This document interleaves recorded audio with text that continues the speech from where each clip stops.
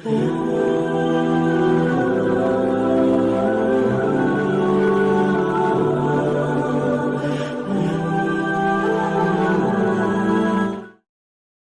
نے کہا کہ ایک بچہ پیدا ہوگا جو تیری سلطنت کو تباہ کرے گا. چاہیے تو یہ تھا کہ وہ توبہ کرتا، لیکن اس نے کیا کیا کہ اس نے بچوں کو قتل کرانا شروع کیا. یذبحون ابناءکم، ذبح کرا دیتا تھا تمہارے بیٹوں، اور بچیوں کو وہ زندہ رکھتا تھا. تو حضرت موسیٰ جب پیدا ہوئے تو ان کی والدہ نے پتہ کیا کیا، ان کو ایک صندوق میں بند کر کے دریا میں بہا دیا. اب دریا میں بہتے جا رہے ہیں تو ماں تھی تو پریشان بھی ہو گئی. ان کی ہمشیرہ کو کہنے لگی ذرا دھیان رکھنا کدھر جاتے ہیں. حضرت موسیٰ علیہ السلام دریا میں بہتے بہتے نا، فرعون نے نا دریا کے کنارے مکان بنایا ہوا تھا. آپ کو پتہ ہے بادشاہوں کا ذوق ہوتا ہے. آج کل ہمارے جو حکمران ہیں انہوں نے اس کا نام فارم ہاؤس رکھا ہوا ہے، میرا فارم ہاؤس، اور پرانے زمانے میں لوگ ڈیرا کہتے تھے. تو اس نے بھی اس طرح کا فارم ہاؤس بنایا ہوا تھا. وہاں پہ حضرت موسیٰ علیہ السلام تیرتے ہوئے تابوت کے اندر، صندوق کے اندر جا رہے ہیں. فرعون اور ان کی بیوی حضرت آسیہ بے اولاد تھیں، بڑی تڑپ تھی بیٹے کی، وہ بھی وہاں کھڑی تھی. صندوق تیرتا ہوا آیا تو فرعون نے کہا کہ جاؤ پکڑ کے لاؤ دیکھو کیا ہے. جب وہ لے کے آئے نا تو آپ کی ہمشیرہ جو نگرانی کر رہی تھی پریشان ہوگی کہ یہ تو اس کے ہاتھ لگ گئے، یہ تو اب مار ڈالے گا. لیکن جب خوبصورت اور چمکتا ہوا بچہ دیکھا تو بی بی آسیہ کہنے لگی یہ بنی اسرائیل کا ہے ہی نہیں، یہ تو پتہ نہیں کہاں سے بہتا ہوا یہاں آ گیا ہے. تم ایسے ہی چھوڑ، یہ پتہ نہیں کہاں سے، رکھ نہ لیں، رکھ نہ لیں. تو حضرت موسیٰ علیہ السلام وہ کہنے لگا نہیں انہی کے ہیں، موسیٰ علیہ السلام اسی کے ہیں. تو آسیہ کہنے لگی تیرے تو سر پہ نا بس بھوت ہی سوار ہو گیا، ہر وقت وہی لوگ تجھے یاد رہتے ہیں، یہ پتہ نہیں کہاں سے بہ کے آیا.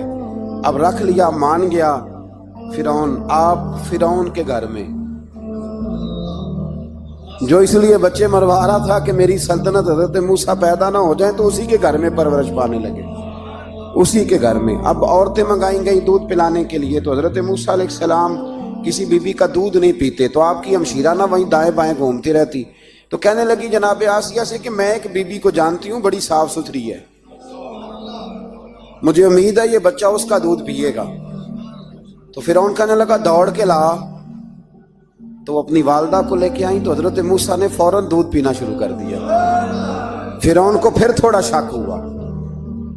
ایک روایت یوں بھی لکھی ہے بعض لوگوں نے کہ فرعون ایک دن اٹھایا ہوا تھا حضرت موسیٰ کی، ابھی تھوڑی سی عمر تھی، تو آپ نے اس کی داڑھی پکڑ کے تو ایک گھونسا دے مارا. جلالی تو شروع سے ہے نا. تو کہنے لگا آسیہ تو مان نہ مان، یہ بچہ وہی ہے.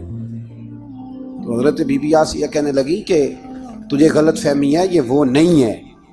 اس نے کہا دیکھو نا، یہ تو اٹھاتی ہے تو پیار کرتا ہے، اور میرے جب قریب آتا ہے تو اس کے لب و لہجے میں تلخی محسوس کرتا ہوں. اس نے کہا بچوں کو کیا پتا. خیر، ایک طرف اس نے کھانے پینے کی چیزیں رکھ دی، ایک طرف انگارے رکھ دیے. وہ بھی حضرت آسیہ کہتی ہیں کہ تجھے سمجھ آئے بچے بچے ہوتے ہیں.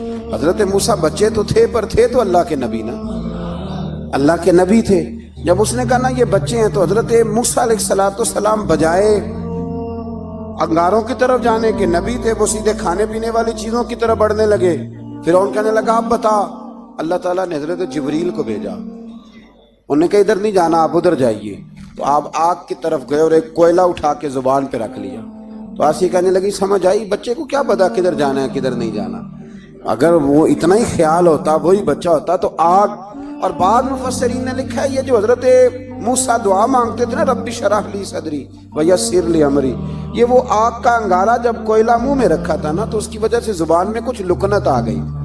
تو آپ دعا کرتے تھے کہ یا اللہ میری زبان کی وہ بند گرا کھول دے تاکہ میں کھل کے فرعون کے سامنے بات کر سکوں. وہیں حضرت موسیٰ پلنے لگے، وہیں پلے، وہیں جوان ہوئے، وہیں اللہ نے ساری دولتیں دی، بہن بھی ملی، ماں بھی ملی، اور سارے عزیزوں کا پیار بھی ملا.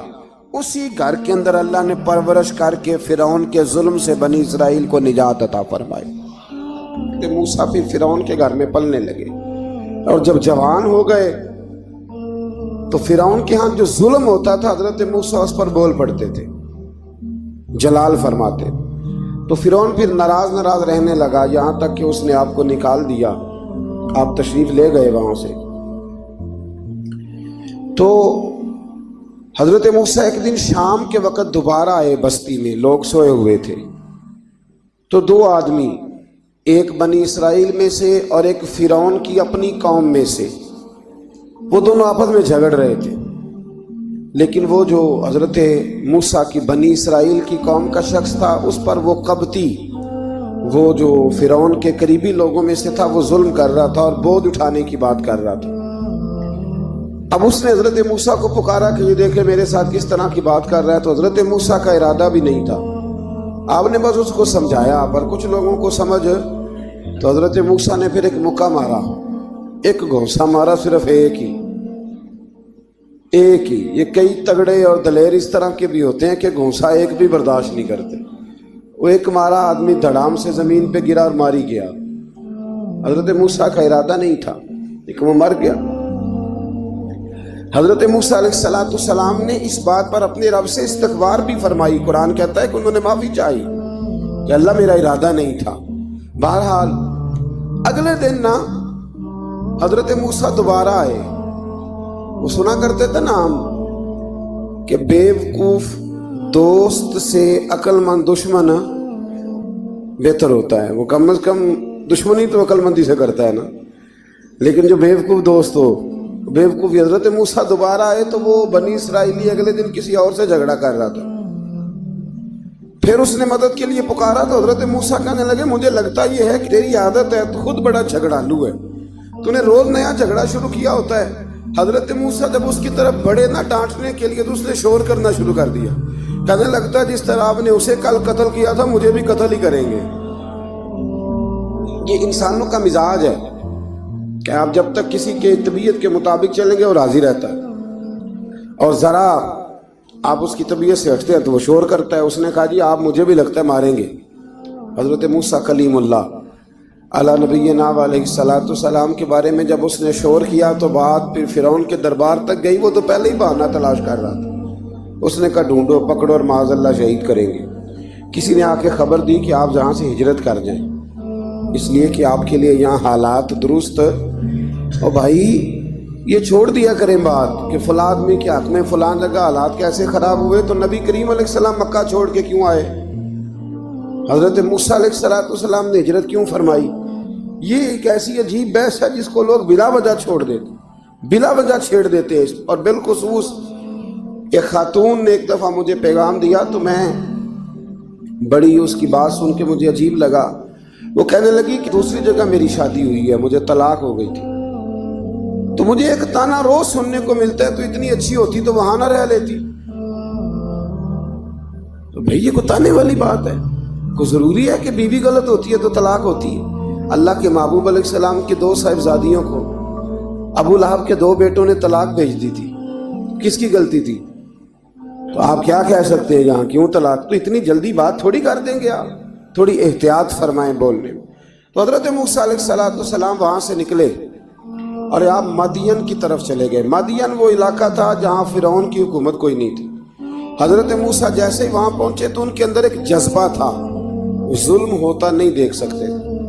جب وہاں پہنچے تو انہوں نے دیکھا لوگ اپنے اپنے جانوروں کو گھاٹ پہ پانی پلا رہے ہیں، اور دو خواتین ہیں وہ بالکل پیچھے کھڑی ہیں۔ تو حضرت موسیٰ کلیم آگے بڑھ کے کہنے لگے تم کیوں نہیں پانی پلاتی؟ تو وہ کہنے لگی ہمارا بھائی کوئی نہیں، باپ ہمارا بوڑھا ہے۔ اللہ اکبر۔ مجبوری یہ ہے، ہم ہیں بھی پردہ دار گھرانے کی، مجبوری ہماری یہ ہے کہ جب تک یہ سارے لوگ پانی پلا نہیں لیں گے اتنی دیر تک ہماری باری نہیں آئے گی۔ تو حضرت موسیٰ کلیم اللہ علیہ السلام فرمانے لگے اچھا یہ بات ہے تو جانور مجھے دو۔ وہ ہو یہ رہا تھا کہ چونکہ مرد پانی پلا رہے تھے تو اور جتنے بھی مرد آتے جاتے تھے وہ گھستے جاتے تھے اور عورتیں بیچاری کھڑی تھیں۔ حضرت موسیٰ جھٹ سے آگے بڑھے، پیچھے ہٹو۔ ان دو خواتین پاک باز عورتوں کے جانوروں کو پانی پلایا اور پھر آپ دوبارہ وہیں بیٹھ گئے۔ وہ بیویاں جلدی جلدی گھر گئیں، جا کے اپنے والد سے کہنے لگی ابا جی کمال ہو گیا، اس بستی میں ایک ایسا آدمی ملا ہے جو عورتوں کی طرف دیکھتا ہے تو نیکی کرنے کے لیے آگے بڑھتا ہے، جو مجبور اور بے کس کے لیے اچھے جذبات رکھتا ہے۔ فرمایا جلدی لاؤ۔ کچھ مفسرین اور طرف بھی گئے ہیں، لیکن جمہور نے لکھا ہے کہ وہ حضرت شعیب علیہ السلام تھے۔ حضرت شعیب نے گھر بلایا، اپنی ایک بیٹی کو بھیجا، فرمایا بیٹے بلا کے لاؤ۔ وہ جب گھر آئے تو آپ فرمانے لگے آپ میرے ساتھ اجرت طے کر لیں، 8 سال یا 10 سال آپ میری بکریوں کو چرائیں، میرے گھر میں رہیں۔ اور پھر فوراً ہی فرمانے لگے اگر آپ ہمارے گھر میں رہیں گے، دیکھ بھال کریں گے، تو میں اپنی ایک بیٹی کا نکاح بھی آپ کے ساتھ کر دوں۔ تو 8 سے 10 سال حضرت موسیٰ نے وہاں قیام فرمایا۔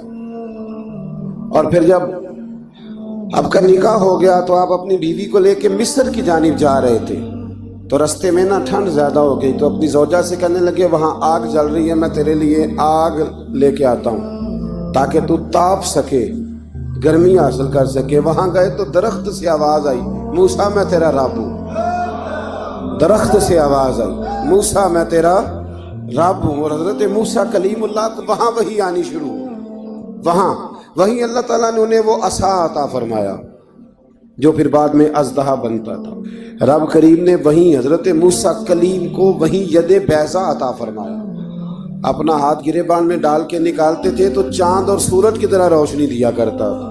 ید بیضا لیے بیٹھے ہیں اپنی۔ میں کبھی کبھی کہا کرتا ہوں کہ مولا کے دینے کے انداز بڑے انوکھے، بھائی یوسف کو کنویں میں پھینکتے ہیں تو اللہ مصر کا حکمران بنا دیتا۔ تو پھر حضرت موسیٰ وہاں سے واپس آئے اور آ کر کے آپ نے دوبارہ وہ سارا نظام زندگی شروع فرمایا۔ موسیٰ علیہ السلام نے ان کو دعوت حق دی اور کہا کہ میں تمہارے پاس واضح نشانیاں لایا ہوں، بنی اسرائیل کو میرے ساتھ بھیج دو۔ فرعون نے معجزات پیش کرنے کے لیے کہا تو حضرت موسیٰ علیہ السلام نے اپنا عصا زمین پہ ڈالا، اپنا عصا، اپنی چھڑی، اپنا ڈنڈا زمین پہ ڈالا تو وہ ایک واضح اژدہا بن گیا۔ پھر حضرت سیدنا موسیٰ علیہ السلام نے اپنا ہاتھ گریبان سے نکالا تو وہ دیکھنے والوں کے لیے روشن ہو گیا، ہاتھ کے اندر نور پیدا ہو گیا۔ ید بیضا لیے بیٹھے ہیں اپنی آستینوں میں۔ فرعون کے سرداروں نے حق کو قبول کرنے کی بجائے اسے جادو قرار دے دیا اور کہا کہ یہ تمہیں اپنے ملک سے نکالنا چاہتا ہے۔ انہوں نے کہا اس معاملے کو ذرا ڈھیل دو اور جادوگروں کو جمع کرو۔ جادوگر آئے، انہوں نے فرعون سے کہا کہ ہم حضرت موسیٰ کے مقابلے میں جادو تو دکھائیں گے معاذ اللہ، لیکن اگر ہم غالب آ گئے تو پھر ہمارا انعام کیا ہوگا؟ سودا پہلے طے کر رہے ہیں، کیا انعام ملے گا؟ اس نے کہا کہ اگر تم غالب آ گئے تو میں تمہیں اپنا قریبی بنا لوں گا۔ بادشاہوں کا قریبی ہونا بھی تو بڑی بات ہے نا، لوگ بڑے پاپڑ بیلتے ہیں قریبی ہونے کے لیے، اور یہ جو قریبی ہوتے ہیں نا، بالخصوص جو بادشاہوں کے قریبی ہوتے ہیں، بادشاہوں کی تباہی کا سبب بھی یہی لوگ ہی بنتے ہیں۔ یہ ان کو روز خبر دیتے ہیں کہ سب اچھا ہے، سب اچھا ہے، اور دنیا کے زیادہ تر حکمران انہی لوگوں کی وجہ سے تباہ ہوتے ہیں کیونکہ ان کا خود عوام سے رابطہ نہیں رہتا۔ اگر وہ خود عوام کے ساتھ ڈائریکٹ رابطہ کریں تو شاید انہیں اچھی اور صاف ستھری چیزیں سمجھنے کو مل جائیں۔ خیر، جادوگروں نے جب کہا ہمیں کیا لوگے تو اس نے کہا تمہیں قریبی بنا لوں گا۔ جادوگروں نے موسیٰ علیہ السلام سے کہا کہ آپ پہل کریں گے یا ہم پہل کریں؟ تو موسیٰ علیہ السلام نے کہا تم پہل کرو۔ جب جادوگروں نے اپنی رسیاں زمین پہ ڈالیں تو لوگوں کی نگاہوں کو سحر زدہ کر دیا، جادو کر دیا اور انہیں ڈروا دیا۔ انہوں نے کہا یہ تو بڑا جادو لے آئے۔ تو اللہ تعالیٰ نے حضرت موسیٰ علیہ السلام کو حکم دیا کہ آپ بھی اپنا عصا زمین پہ ڈالیں۔ ان کی رسیاں سانپ بن گئی تھی نا، دراصل وہ سانپ بنی نہیں تھی، لوگوں کی آنکھوں پر جادو ہو گیا تھا، انہیں سانپ نظر آ رہا تھا۔ فرمایا آپ بھی اپنا عصا زمین پہ ڈالیں۔ وہ عصا سانپ بنا اور جادوگروں کی ساری چیزوں کو نگل ہی گیا۔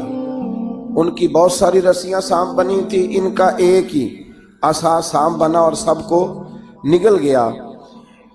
اس طرح کے معجزے کی حقانیت اور جادوگروں کا بطلان ثابت ہوا اور فرعونی رسوا ہو گئے۔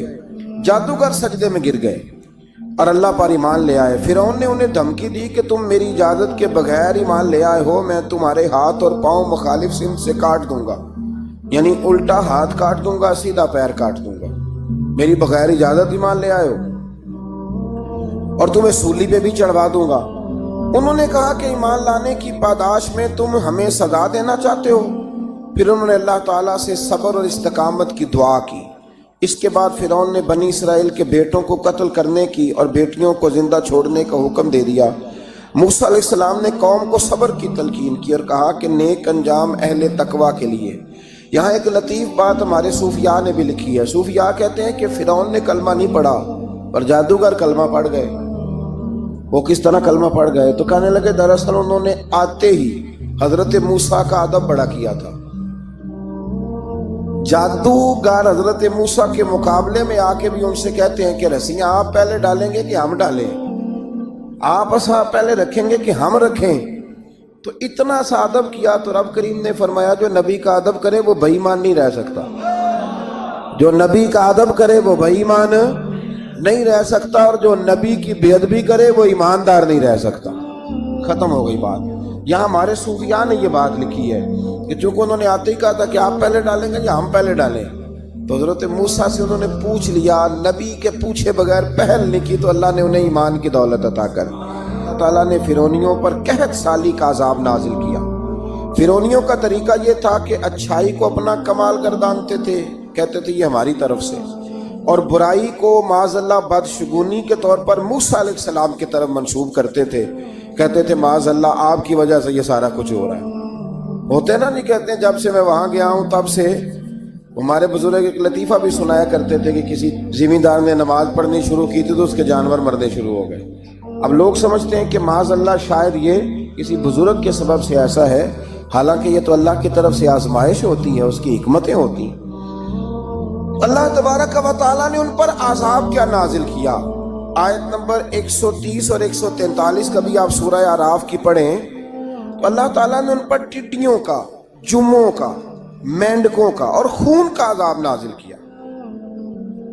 یہ کس قسم کا عذاب ہے؟ جمعے پڑ گئے، ٹڈیاں آ گئی، یہ اللہ نے عذاب نازل کیا۔ جب وہ عذاب میں مبتلا ہوئے تو موسیٰ علیہ السلام سے کہا کہ آپ اللہ سے دعا کریں کہ ہم سے یہ عذاب ٹل جائے، اگر ایسا ہوا تو ہم ایمان لے آئیں گے، بنی اسرائیل کو بھی آزاد کر دیں گے۔ لیکن موسیٰ علیہ السلام کی دعا کے نتیجے میں جب عذاب ٹل جانے کے بعد فرعونی پھر اپنے وعدے سے پھر گئے۔ بنو قریظہ والوں نے بھی کئی دفعہ حضور سے وعدے کیے پر اپنے وعدوں پر قائم۔ ایک بات آپ سے یہاں روک کے عرض کر دوں، ہم بھی کئی دفعہ کہتے ہیں ذرا بریک کبھی گاڑی کی نہیں نہ لگتی تو ہم ارادہ کرتے ہیں کہ آج سے ہی نماز شروع کر دینی۔ ذرا طبیعت زیادہ لیل ہوتی ہے تو ارادہ کرتے ہیں نا کہ بھائی آج کے بعد ہم نے نیک، پھر کیا ہوتا ہے شفا ہو گئی تو چھٹی ہو گئی۔ یہ طریقہ درست نہیں، یہ تو کفار کا طریقہ بیان کیا نا قرآن پاک نے۔ یہاں فرمایا جب اللہ تبارک و تعالیٰ نے انہیں نجات دے دی تو اپنے وعدے سے مکر گئے، تو پھر اللہ تبارک و تعالیٰ نے بنی اسرائیل کو سمندر پار کر کے ایسی قوم کے پاس پہنچا دیا جو بتوں کی پرستش کرتی تھی۔ وہ تو بچ گئے لیکن فرعونی سارے دریا کے اندر غرق ہو گئے۔ حضرت موسیٰ علیہ السلام سے کہنے لگے کہ ہمارے لیے بھی یہ خدا بنا دیجئے۔ حضرت موسیٰ علیہ السلام نے فرمایا بت پرستی کرنے والے جاہل ہیں۔ یہ بت پرست قوم کے پاس جب گئے نا بنی اسرائیل والے، بت پوجتے ہوئے دیکھا تو کہنے لگے ہمارے لیے بھی سامنے بنا کے رکھ دو۔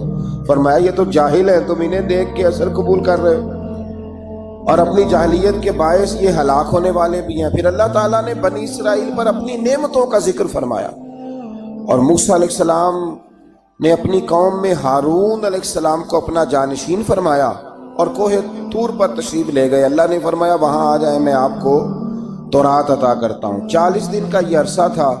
موسیٰ علیہ السلام نے وہاں پہ جا کے، وہ سارا واقعہ بھی انہی آیات میں ہے کہ حضرت موسیٰ نے عرض کیا تھا کہ رب ارنی، یا اللہ میں تجھے دیکھنا چاہتا ہوں، تو فرمایا لن ترانی، تو نہیں دیکھ سکتا۔ وہ بھی یہاں اللہ نے ذکر فرمایا۔ پھر اللہ تعالیٰ نے اپنی ایک تجلی جب کوہ طور پہ ڈالی تو حضرت موسیٰ علیہ السلام تاب نہ لا سکے اور بے ہوش ہو گئے، اور پہاڑ بھی ریزہ ریزہ ہو گیا۔ اس کا ذکر بھی اللہ نے انہی آیات میں فرمایا۔ آیت نمبر 144 سے 155 تک حضرت موسیٰ علیہ السلام کو رسالت عطا کرنے، کلیم اللہ کا منصب عطا کرنے، تورات عطا کرنے کا ذکر ہے۔